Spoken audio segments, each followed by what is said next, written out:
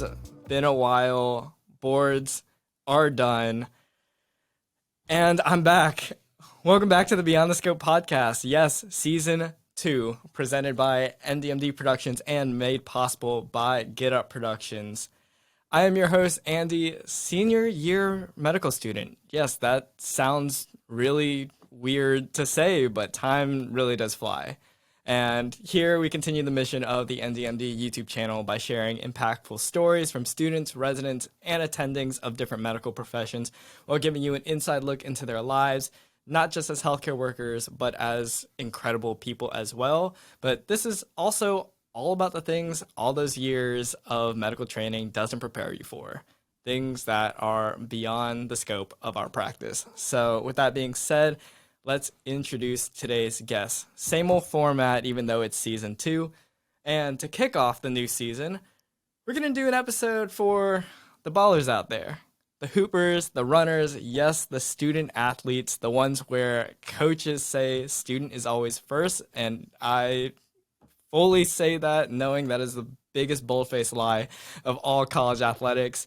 In the theme of the episode, I got on my favorite U.S. men's national team jersey back in 2013, Pulisic on the back, even though you can't see it, and those listening on the streaming services won't be able to see it either.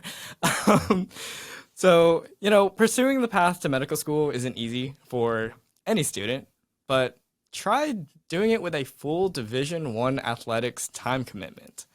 Today we have a special guest who has been a glowing example amongst many that yes, it is possible to transition all that hard work from being a student athlete over to being a medical student. So, a graduate from Utah Valley University, where between getting a bachelor's in biology and an MBA with an emphasis in management, she just casually spent 4 years being the first Pakistani Division I women's basketball player in NCAA history. With multiple medical school interviews and acceptances and a bright, bright future along the way, I'd like to give a nice warm welcome to Nehaa to the Beyond the Scope podcast. How are you? Thank you so much for having me. This is an amazing opportunity.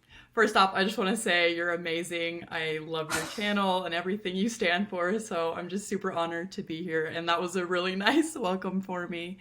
But yeah, I'm doing great. A little bit nervous. Podcasts are always a little bit nerve-wracking for me, but hopefully it goes well. How about you? Oh, this is not a live podcast. You're fine. We can cut. Things are safe. This is a safe zone here. You're Yeah. okay. But I'm doing fine. Thankful boards are over, and I'm kind of in the process of, doing planning for a ways, looking into residency. But that's all for different videos and a different time. Yeah. This is all about you today, and for you, how does it feel to be done? You're done for the most part with interviews and you at least know that med school is on the horizon. How does it feel? Honestly, the word that comes to mind is relief for me. I felt like a weight was lifted off my shoulders when I got my first interview, and then of course when I got my first acceptance. So yeah, I've just been savoring in this time. I'm really excited about the future. I'm also super nervous knowing how challenging med school is, but I'm not like you thinking about the future. I'm not thinking about residencies. I'm not thinking about all that. I'm just kind of savoring in this moment, being present. And just being grateful for everything I've done up to this point. So yeah, I'm just excited and nervous is the best 2 words to explain that, I guess. How many interviews did you get? So far, I've gotten 10. 10, and they've all gone well, I'm sure. Yes, I honestly I didn't do all 10 because after the first 6, I kind of had a good idea of where I wanted to go. And at that point, I just wanted to give the opportunity to someone else who may want to go to that school. So yeah, I kind of already narrowed myself down a little bit. And I definitely wanted to stay in Texas. So most of the out of state schools, I just kind of said no to, as far as interview goes. So it's been good. So out of the 10 interviews I've done, I actually only did 6 and I've gotten 4 acceptances so far. So I think that's pretty good. And out of the 4, I've got my top choice. So Really, congratulations. That's also, I have a lot of friends in med school at Texas. A lot of friends at A&M through the med school boys, and actually, I agree. Texas has some of the cheapest tuition in the entire country. So you are making a very smart future decision for yourself. yes, absolutely. And I think just not having to worry about room and board or anything like that is also amazing to think about. So yeah, I just think all the stars kind of aligned with this decision, and I'm just like super at peace with it. And I'm just glad I have family support because I know how challenging these next 4 years are going to be. So any support I can get, I'm with it. Definitely, and I can definitely attribute. Like, I grew up in Augusta. I'm going to med school in Augusta. I have my family, like 30, 40 minutes down the road, and it's Mhm. so nice and so important to have that support Yeah, system near you. definitely. Um, but okay, moving right along. I know now that you're kind of on the end of things, you have a lot of things to reflect on and a lot of lessons learned. Mhm. But before we really dive into that, I try my hardest to do some good intros for my guests. But in case I miss anything, can you briefly reintroduce, where you're from, what led you specifically to basketball, and Mhm. then, what led you to decide to pursue medical school? Yeah, absolutely. I think you did a great job kind of touching on all of who I am, but I am Neha, obviously. I am originally from El Paso, so I've lived here for over 20 years. I first started playing basketball in seventh grade, and that's a lot later than most of my peers and teammates. I was absolutely terrible. I was like shooting with two hands, super uncoordinated, super long and lengthy. Just very atrocious to watch. But I was super passionate about it. And I only say this because I want others to know that you don't have to be a star right from the get go. You can work super hard at something and get really good at it and go places with it. So, yeah, I started in seventh grade, and then once I picked it up, I mean, the rest is kind of history. Not a lot of people thought I was going to go D1. The amount of coaches, teammates, peers that I've proven wrong has been very fulfilling. um, and so, yeah, I mean, after that, I played all throughout high school. And then by my senior year, I had over 13 Division I scholarships. I chose to play at UVU just because of, how great the team was, how family oriented it was, how community based it was, and then also just the focus that the coaches had on both academics and athletics. Because we all know in the NCAA, like you said earlier, academics might not be top priority for a lot of these programs.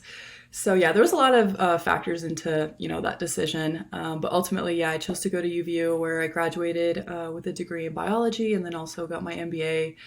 And then as far as like your med school question goes, I honestly knew I wanted to do medicine at a very young age, and so basketball actually came later than me being a physician, which is interesting for a lot of people to I guess hear about. Um, but yeah, I always knew I wanted to do that. And so it was just kind of adding basketball into the mix for me. Okay. And it's funny you say that because obviously my channel is very much built on the idea of like, oh, you can still do these two things, along with medicine. I think Absolutely. people very often believe that pursuing a career in medicine and like having a life and doing not just outside things, but doing those outside things very, very well Hmm. are mutually exclusive. And it Absolutely. really isn't. Yeah. And that's really awesome to hear. What position are you? I'm just curious. So I played the shooting. I played shooting guard, small forward. So like a 3-4, just depending Okay, on the lineups and whatever. So, yeah. gotcha. And then for everybody wondering out there, how tall are you? Oh my gosh, the amount of times I get this question asked, like every time I post like ask me questions about myself on Instagram or whatever, like the first question I get You at play least like basketball. Of 30 course people are times. gonna want I to feel like I know. should just put it in my bio at this point. It's like so annoying. And like when people even see me walking down the road, they're just like, "Oh, like how tall are you?" But yeah, I'm 6'2". I don't think it's like super tall for a basketball player because I had teammates who were like 6'5". And there's girls that are like 6'7", 6'9", playing at the Division I level. So yeah, I'm 6'2", for all those people wondering. They're always gonna wonder, okay, like let me live Yeah. vicariously. I will never be able to have that interaction of, oh, how tall are you? Like, no, Or how's the weather up there? That's like the best question I get. I'm like, oh God, like, can we find something else to ask? I'm so sorry for all of that. But No, I figured you're we get good. that question out of the way. People are gonna want to know. Yeah, Um, definitely. but yeah, so unfortunately, you are not the first Division One athlete I've had on this show. So I can't grant you Yep. that title. We've had Dr. Cellini, who was a swimmer at University of Georgia, and then JR, aka Evolving Medic, who did track and field at Duke. But you did have the opportunity to break, culture and ethnic barriers within your sport as the first Pakistani Division One women's basketball player.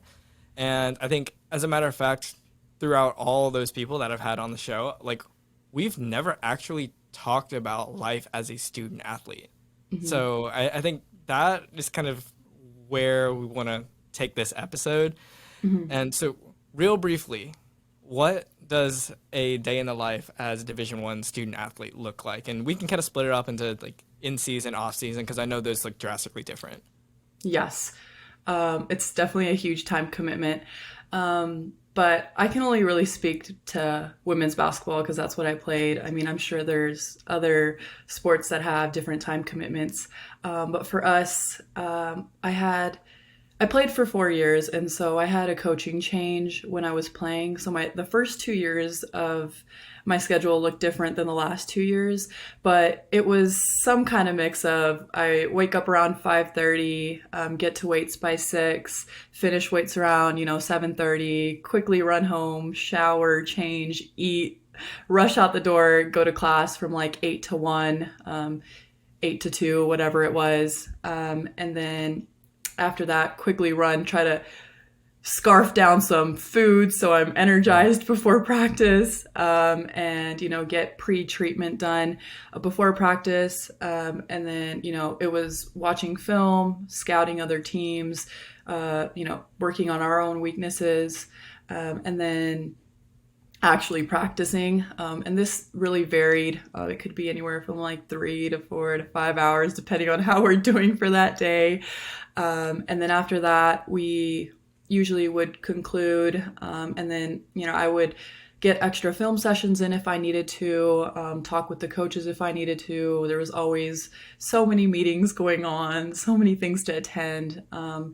My first year, we had study hall requirements, but after your first year, if you're doing well, you don't have to do that.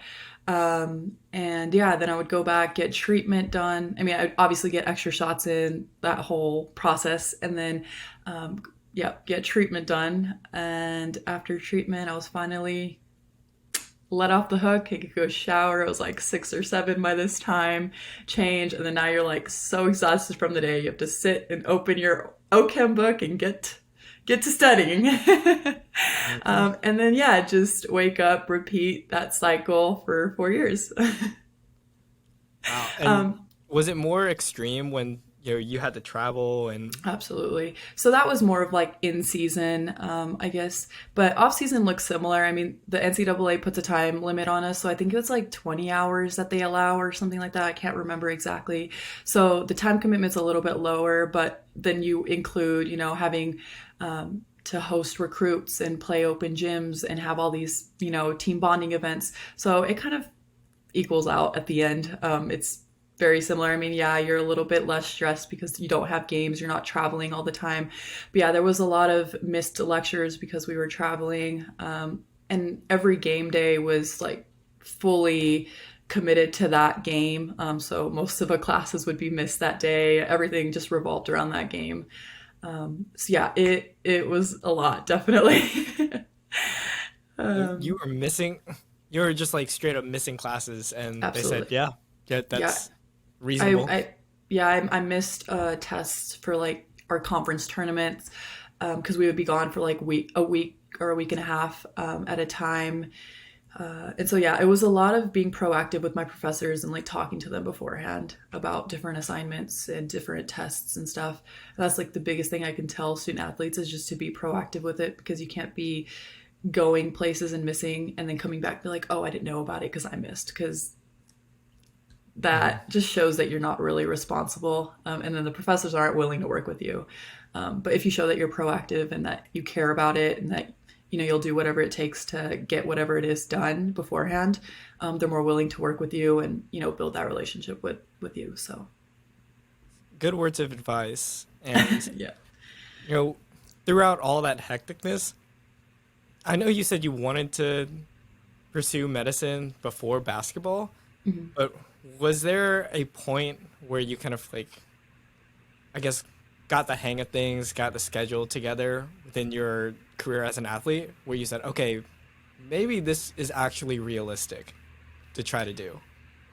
Honestly, no. And the only reason I say that is because every time I would get into a particular routine, I would be thrown off because I had so many injuries in college. And so I would be super healthy. I would have everything figured out. School was going well, basketball was going well. And then I would be hit with an injury. And now, like, mentally, I'm off, school's off, basketball's off. I feel isolated. I'm not at my happiest. And so it was just like this constant roller coaster for me. And I think a lot of athletes, I hope a lot of them don't go through injuries, but a lot of people can relate because injuries are inevitable for a lot of people. And so, yeah, it was always up and down for me. I wish I could just sit here and be like, yeah, I had a perfect career. I never got injured. Everything was great. And I always felt this confident about going to medical school and playing Division I basketball, but I can't, sadly. I was not confident all the time. I was always very doubtful. There was always that little voice in the back of my head that was like, why don't you just quit? Why don't you go an easier route? Why don't you try doing something else? But I'm just glad I never really, I guess, tuned into that little noise. And I chose to continue going because I always told myself the regret of not trying is always like worse than actually doing it. So yeah. Yeah. How many injuries did you have, and like how long were you sidelined for? I had, I think, like 6 injuries total. I and then actually I take that back. I only played for 3 years, but I was there for 4 because I had to redshirt my sophomore year. I tore my labrum in my shoulder, so I had to get surgery for that and like be sidelined completely. But the rest of the injuries were, injuries that I could be out for a couple months at a time. But a couple months in a basketball season is a lot. Like you're missing non-conference or you're missing so many practice. Like even missing a practice is like a huge thing, because people are working hard. People want that starting position. And if you're not there, you're not showing your face. You're not showing your coaches what you're capable of, and it's just like next man up. It's a business, they want to win, and that's not talked about enough, I guess, in this whole NCAA athletics. But yeah, I had a lot. Most of them, like the rest of them, were pretty simple. Well, I don't know if it's simple to say that you had a stress fracture in your femur and that you were sidelined for like 6 months, but it's a lot easier to say that than be out for like a whole year redshirting for surgery. So, yeah. And during those times, did you find it easier or even more challenging to keep up with the coursework balance?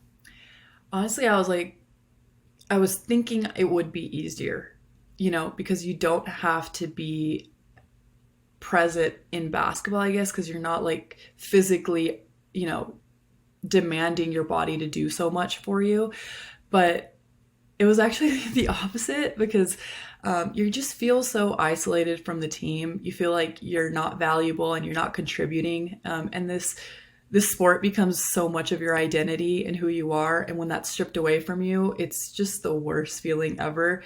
And then on top of that, you still have to go to practice and watch everyone. And then on top of that, you have physical therapy now that you have to go to. You have all these doctor's appointments and these MRIs and x-rays and CT scans that you have to go to on top of everything that you are already doing. So in a way, it was a lot more challenging for me mentally during those times because it was just,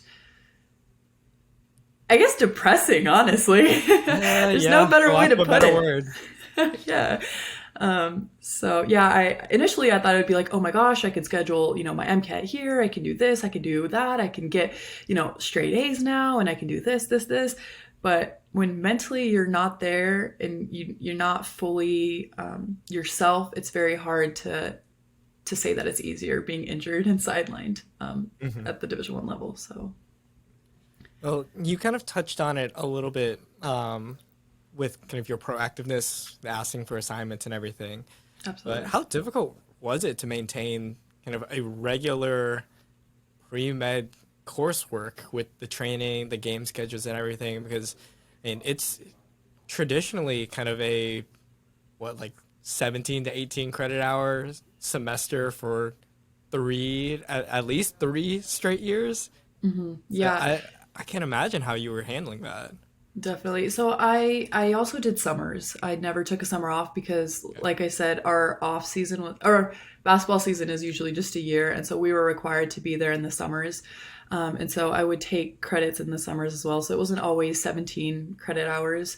But yeah, we're required to do 12. I was probably doing 15 to, yeah, about 15 per because the summers really helped me. And then, of course, from high school, I had a lot of credits as well. So that Okay.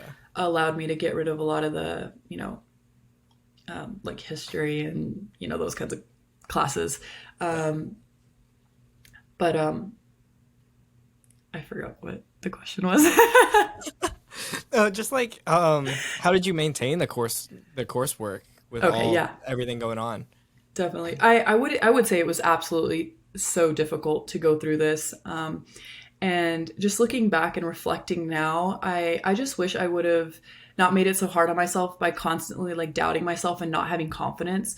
And so that's like the biggest thing I can tell myself. Like, it's going to be challenging, it's going to be difficult. But if you just go in there with the confidence and with the determination and the drive that you're going to do this regardless, it makes your life so much easier than to constantly like, it's like you're playing games with yourself.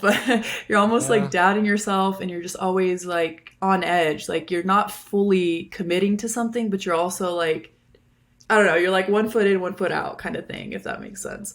Welcome to Where medicine, where that doesn't go away. I know, no, don't say that. I've I worked wish so I had a better hard to, answer for you. I've worked so hard to build up this confidence for myself. And I know like first year is just going to wreck me, but we'll see. I think it's good that you have the experience of kind of like that mental battle Mhm. because I think it's way harder when the first time you encounter that is within med school. Mhm. So I think building healthy habits to combat that, Mhm. finding a good support system, which kind of leads me to next question, is super important. And I'm curious if there was any like teammates or anybody that you knew kind of Mhm. pursuing a competitive career path Yeah, while, absolutely. again, handling everything that comes with the title of student athlete. Absolutely. Yeah, a lot. Well, a couple of my teammates were also like on the pre med route. But I think everyone starts off pre med, and then as the years go on, you trickle down, and then there's just like a handful of you left. But when you're starting with a handful, there's only like one or two left, right? Hmm. So yeah, I did. I had a couple other people like I think it was just medicine because the rest of the people weren't. I mean, oh well, there was some physical therapy and but besides that, most people were like communications majors or like doing journalism or something like that. So Hmm. it was pretty difficult to find that community of people that were not only challenged in their sport but were also challenged academically. But there were also some other athletes in other sports that I could connect with, and a couple of them are still friends to this day that I, can look up to and ask questions. But it's a very small community. It's not every other person you meet. It's very Yeah. hard, dime in a dozen kind of people to reach out to and look up to. I'm sure that community is important though. Because, again, Absolutely. like you said, there's not many people that know what you're going through. Hmm. And so, like, having someone to bounce ideas off of and talk about the application process, how are you balancing this and that? Hmm. That's honestly one of the most powerful tools of getting getting past all Definitely. this. But I also think there's a pro in not having too much of that pre-med culture around you, because you often compare yourself with other people and like your timeline and when you're taking the MCAT and what are you doing for this and what are you doing, and then it's like everyone's just like kind of there and showing off and like just explaining everything they're doing and pouring out their soul, and you might not be at the level that they're at, or you might not have as many hours of whatever versus this other person, right? And so I think there is that pro and that con of having like a smaller community and only a couple people to talk about this whole process with.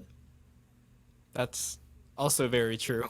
I can say that. Of course, I'm like somewhat far removed from the pre-med process, Yeah. but I remember those days, Hmm. especially Yeah. being in like the program I was in too. Was it pretty toxic, the program you were in? Well, it was an accelerated medical program, like one of the like Oh. 3 year programs. Oh. So, you kind of in the same way, you have like your own core group. Hmm. But one of the best decisions I made from there was, branching out. I joined a fraternity and all that. So I had a lot of people who were outside of that like I agree. bubble. Yeah. And Yeah. so having that different perspective, even Hmm. though sure they may not have completely understood what you were doing, it was it really was like the yin to your yang, Hmm. to find that balance so that way you're not completely sucked in and making Yeah. it all you're thinking about. Yeah, you hit a great point on finding people outside of that bubble and outside of that community. My best friend, growing up in high school, she played golf and I played basketball, and so we were like completely different from each other. And it was honestly so fun. And she was able to give me a different perspective on life. She's an engineer. I'm doing medicine. Like, it's just nice, like all of the struggles I'm going through, like big picture, not that big of a deal, right?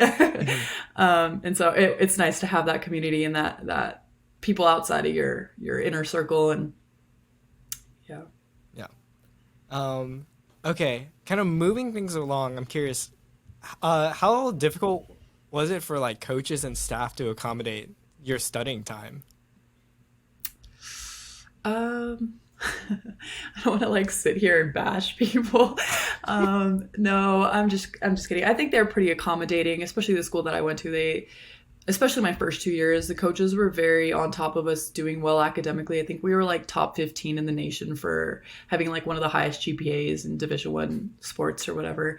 Um, but I would say though, like if you have class or if you have, a certain something you got to do during practice hours, like you're not doing it. Yeah. Like everything has to be scheduled outside of our practice times. Like that's the biggest thing I can say.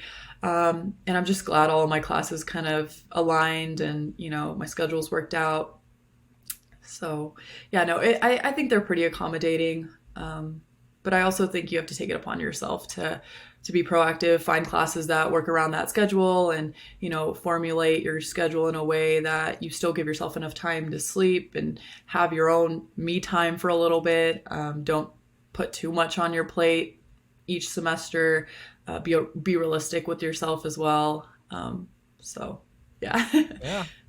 I just kind of wanted to get that out of the way. I didn't mean for it to point to bashing any of your No, coaches or no. staff. I know they're fantastic.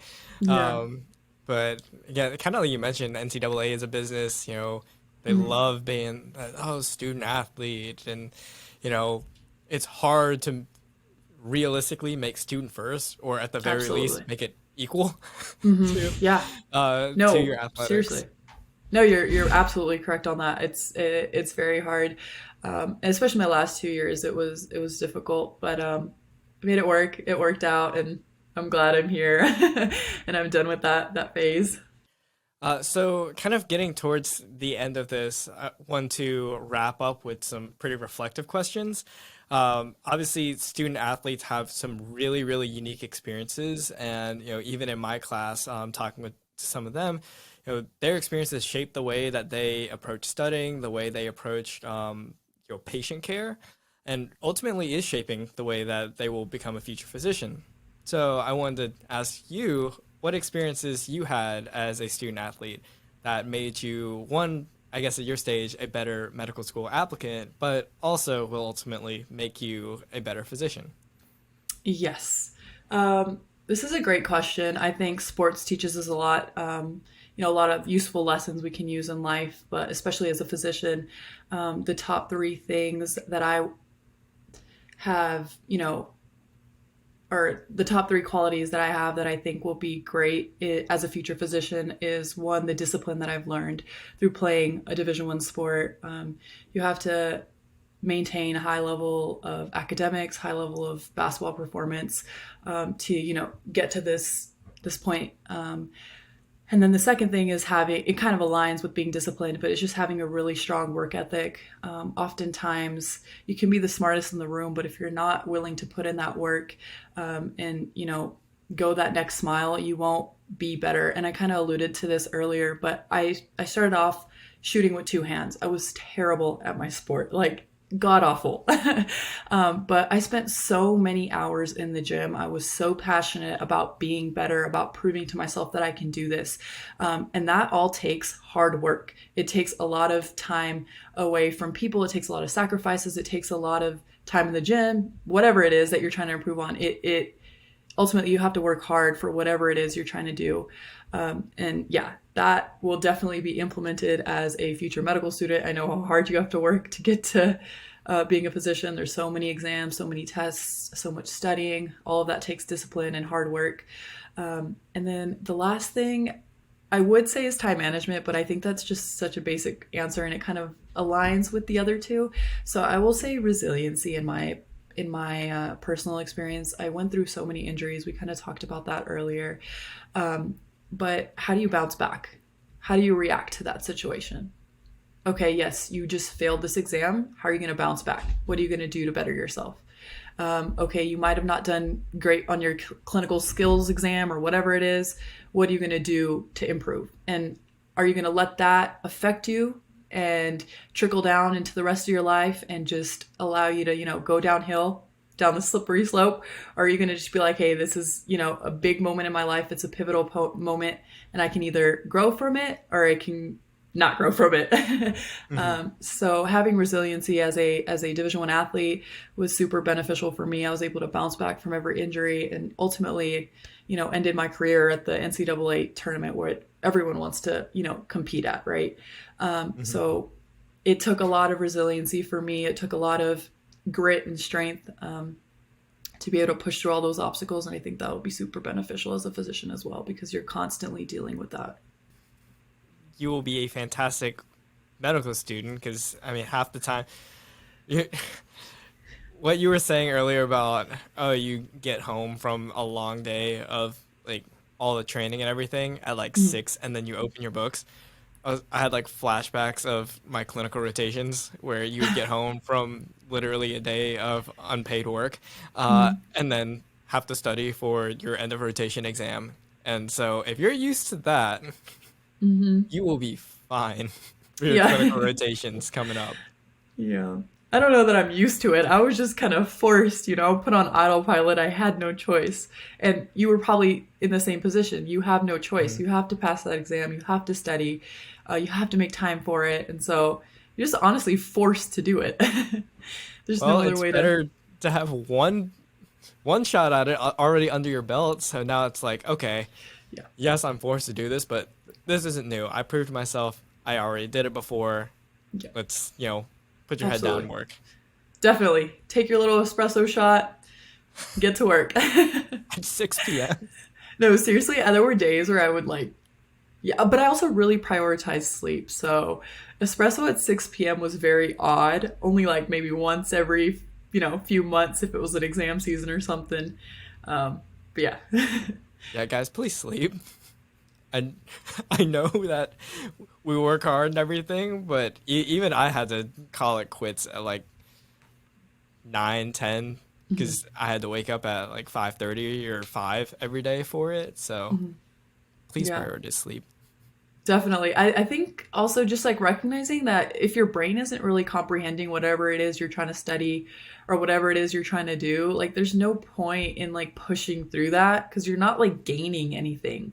And so just having a hard cutoff, okay, my brain shuts off at 9, 10, like you said, I would much rather wake up the next day super well rested and get to the grind than half it the night before, if that makes any sense. Yeah. Quality So over quantity for sure. yeah. Um, Yes. and this is a fun question I love asking people with unique experiences. But what is one lesson your time as a student athlete taught you that you did not expect to be taught? That's a great question. I would say how to be, I guess there's two things. How to be like flexible and adaptable. Because before, and even like now, I still have to work through it. I'm a very type A person and I love to plan things and to be ahead of my schedule and know everything that's going on. But as a Division 1 athlete, like I was thrown so many wrenches. Like I was injured. I can't plan for that. I, like film and practices would be changed, times would be changed. With COVID thrown in there, we were shut down every 2 weeks. You can't plan for that. There's things that you just can't plan for. So having that flexibility and being able to just, quickly adapt to whatever the situation is super beneficial. And that's something that I didn't think I would learn from being a Division 1 athlete, pursuing medicine. And then what was the second thing? Oh, how to deal with different personalities, maybe difficult people. I think it's very interesting the experiences that I had playing a Division 1 sport because there's 15 girls from 15 different backgrounds, from 15 different areas that are all trying to gel together for this one goal of winning a championship. And not everyone was raised the same. Not everyone might speak the same language. Everyone might be approached differently. Some people might agree with certain things. Like there's so many different perspectives and opinions, and just trying to get everyone, especially in a leadership role that I took my last 2 years. It's interesting and it teaches you a lot on how to like approach people and work with them to kind of get them on the same page. And I didn't think that I would learn that, and I definitely did, and it's awesome to have those experiences because now I feel like I can really work with anyone and everyone on a good day. Fingers crossed. Fingers crossed. Yeah. It's funny. All the things that you're saying is why I think student athletes make some of the best doctors because I mean, though everything you said are qualities that you are, if you didn't have it or didn't learn it before entering med school will rip it out of you. Mm-hmm. Either that or, you arguably will be a less effective physician and a less caring physician if you don't have those skills. And the fact that you culture that in the environment of sports, Mm-hmm. just, I mean, there's no substitute for that. Yeah, definitely. I think you learn it the hard way too through sports. It kind of rips it out the same way you're talking about how med school rips it out of you. So I'm glad I learned these things before med school. You're gonna do absolutely amazing. And I know we'll ask the very way too early prediction. What specialty are you thinking of? It's such a funny question because like I think that's everyone's number one question once they find out you want to pursue, Oh, being absolutely. a physician. Obviously, it's a huge thing. For me, honestly, it changes like every other week. And it's been so refreshing to watch your videos actually, because you go through the clinical rotations and you really put yourself in their shoes. And it's so nice to see that because I'm someone who really doesn't know like what I want to do when I go to medical school, right? I've shadowed so many different specialties and I love like all of the specialties. There's some that I don't like. There's some that I probably don't see myself doing, but it's hard to like make that decision now. So it's refreshing seeing your videos and how you're like talking yourself through everything, and I'm excited to see what you end up doing. I, um, I appreciate it. This was more to pull the answer out of you, not me. But yeah, like that's a good problem to have to yeah, not know what you want and kind of be a blank page. To I would say just keep the most open mind possible. absolutely. That cliche phrase that everybody will tell you is like, be a sponge, soak up everything. Yeah, yeah, yeah. But it is like, for the most part, true. You know, like I think a lot of people, sure, sometimes I'm envious of the people that come into med school and are like, I've wanted to be a plastic surgeon since the age of 13, and I have point A and point B, and my only objective in med school is to get from point A to point B. I think Yeah. a lot of them have a, at the very least, secure direction, Yeah, but definitely. also, they don't get to experience some of the like cool things of other specialties as open, or they don't get to embrace it as much. Yeah. So keep that up.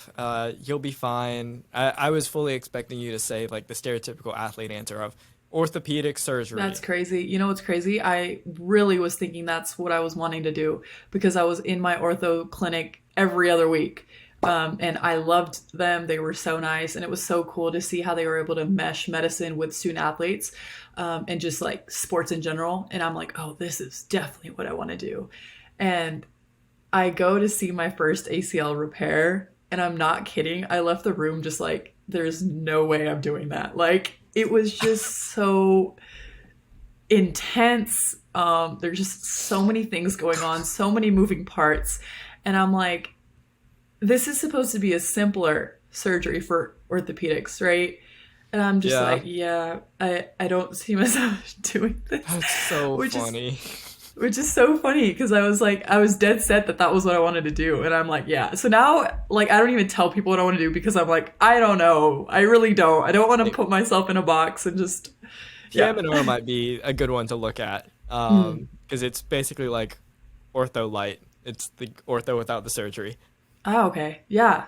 I should probably like shadow that then. I love surgery. I think it's great, but just ortho is a lot. You know, there's so many tools. There's like fluids going everywhere. There's just like a lot going on. So I say that, no, I'm laughing because I know exactly what you're talking about. I saw my first ACL repair and like I was like, this is awesome. It is yeah, so brutal. You are ripping somebody's hamstring out and making a new ACL. It's great. yeah, yeah. I, It was intense.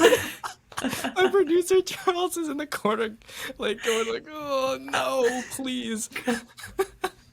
That is what that is what orthopedic surgery is. I think it's a great field, and you obviously student athletes have, an inclination to it, especially with any history of injuries. Whatever you choose, I know for a fact with your experience, you will be fine. Oh, that's so nice of you to say. Very reassuring. I love that. Thank you. It'd be great. But I do want to end it off with one last question for the viewers and listeners.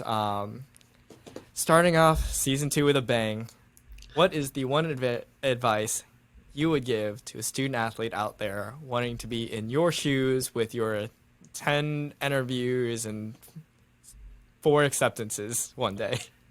Um, I think usually what I tell people is that you shouldn't allow anyone to tell you what you can and can't do. I think my whole life I've been told I wasn't good enough to play Division 1 basketball. I'm not good enough to go to medical school. I'm not this, I'm not that. And a lot of people will try to steer you away. Your advisors will tell you to switch out. Your, peers will be like, "Oh, that's too hard." You'll have all these naysayers around you. There's all these negative thoughts, these negative opinions, people who might have not seen it ever being done in their own lifetime. And so, honestly, just quiet the noise. That's what I tell people. Just quiet that noise and focus on things that you're passionate about. If you're passionate about pursuing a career in medicine, do it. Go for it. Like, don't let anyone tell you you can't do that. Yes, it's going to be a lot of work. Yes, it's going to be super challenging, but have that confidence. Don't be doubtful. It just adds to your stress. Learn from my experience. It's just not worth it. So yeah, just quiet that noise, trust yourself, and know that you can do whatever it is you set your mind to. You just got to find the right strategies and the right people to connect with. Very well said. And I think that's a fitting conclusion to the first episode of the new season. Thank you so much, Neha, for being on the show, taking the time out of your day. And again, congratulations on the med school acceptance. I know you're going to do absolutely amazing things there. Yay. Thank you so much. What an honor. I'm really happy for this, and I'm so grateful that you even allowed me to, share my story here. So thank you so much. You are very welcome. Tune in next time.